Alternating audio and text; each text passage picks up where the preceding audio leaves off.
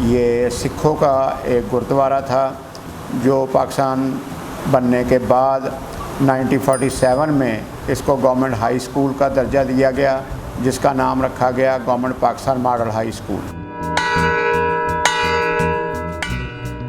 سکھوں کا ایک مذہبی جگہ تھی جہاں وہ اپنے مذہب کے مطابق عبادت کرتے تھے، تو انہوں نے اس کو ایک قلعہ بنایا ہوا تھا۔ یہ بہت شاندار عمارت ہے، اس کو اگر آپ اندر سے ڈیپلی دیکھیں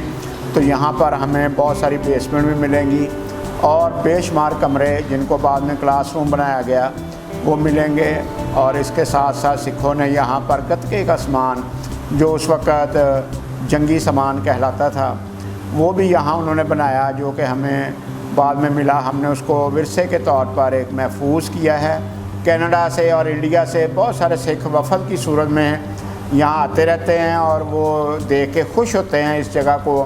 کیونکہ ان کو ایک مذہبی لگاؤ ہے اور ہماری وہ اس لیے زیادہ رسپیکٹ کرتے ہیں کہ ہم نے ان کی مذہبی جو عبادت گاہ ہے اس کو کوئی خراب نہیں کیا، کوئی اس کو نقصان نہیں پہنچایا۔ میں الحمدللہ سکھ کمیونٹی کو یہ دعوت دیتا ہوں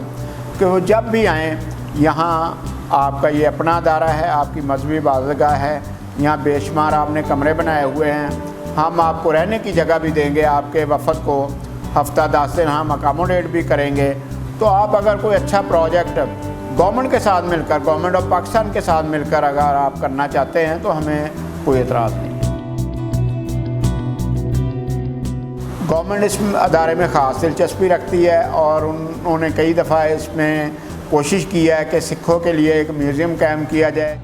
میوزیم بنانے میں یہی تھا تاجر کمیونٹی کا کہ چونکہ ٹریفک کے مسائل ہیں، یا تو ان کو تھوڑا بہت یہ اس کو کنسلٹ کیا جائے کہ یہ کیسے ٹریفک کا مسئلہ حل ہوگا، کیونکہ جب میوزیم یہاں بنے گا